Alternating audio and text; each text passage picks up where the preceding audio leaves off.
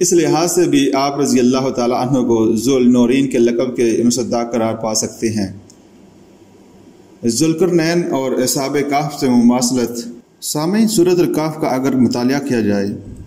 اس کے دوسرے رکوع میں اصحاب کہف کا واقعہ بیان ہوا ہے، اور سورت کے آخری رکوع سے ماقبل حضرت ذوالقرنین کی فتوحات کے تذکرے کے ساتھ ہی ان کی سیرت میں ایمان باللہ اور ایمان بالآخرت کے اوصاف کو نمایاں کیا گیا، جس سے معلوم ہوتا ہے کہ جناب ذوالقرنین ایک خدا پرست، خدا ترس اور نیک بادشاہ تھے۔ قرآن شہادت دیتا ہے کہ انا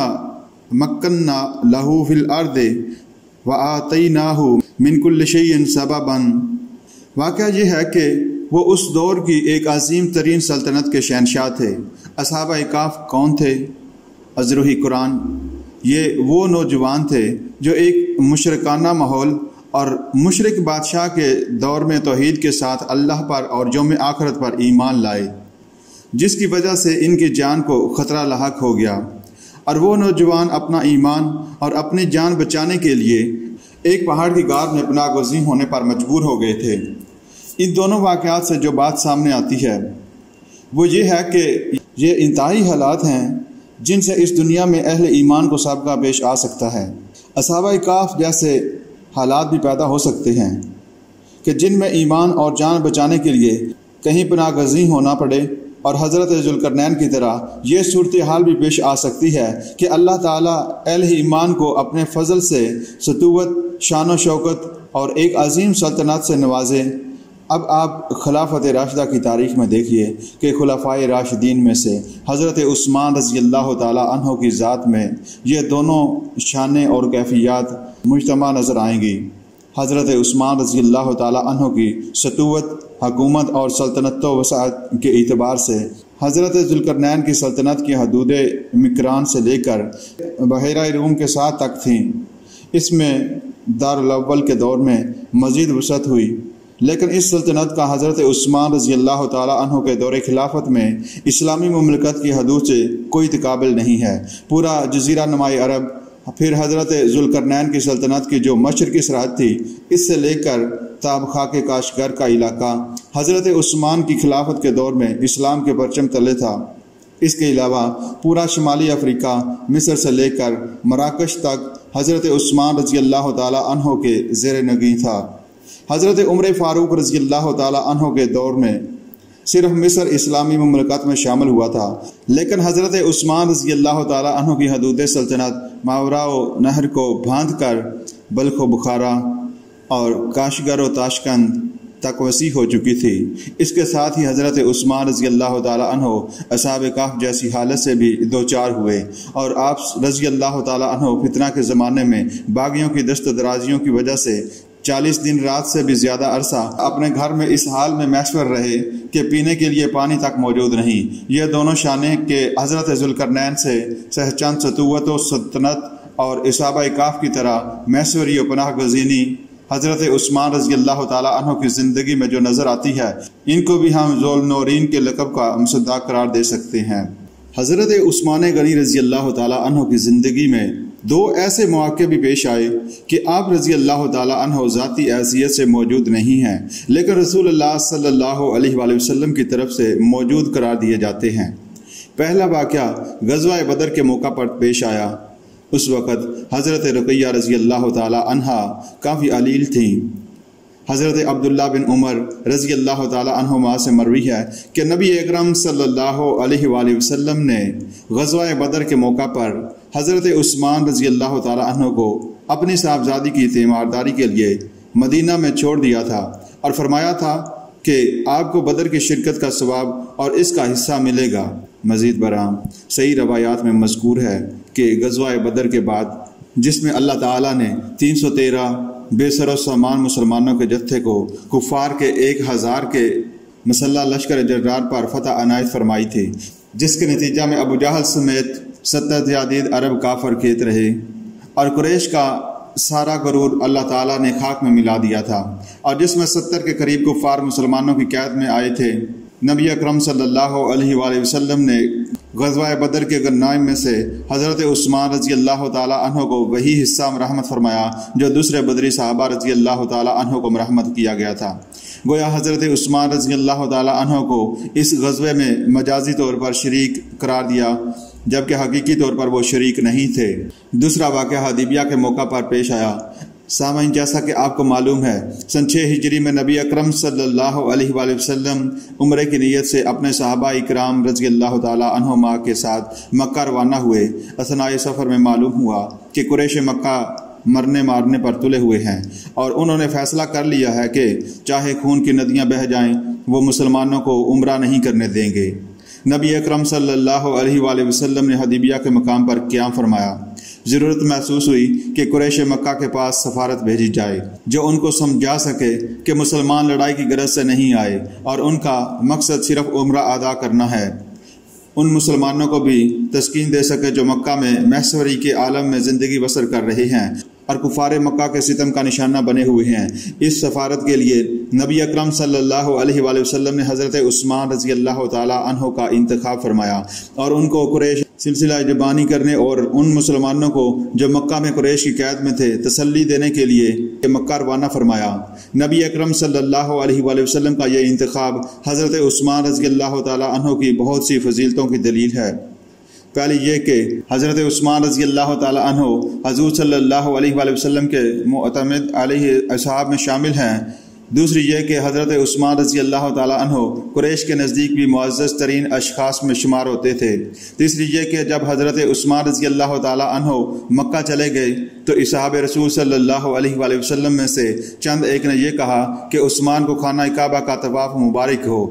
حضور صلی اللہ علیہ وآلہ وسلم نے یہ بات سنی تو فرمایا کہ مجھے یقین ہے کہ اگر عثمان مکہ میں زمانہ دراز تک رہیں تو بھی وہ اس وقت تک طواف نہیں کریں گے جب تک میں طواف نہ کر لوں۔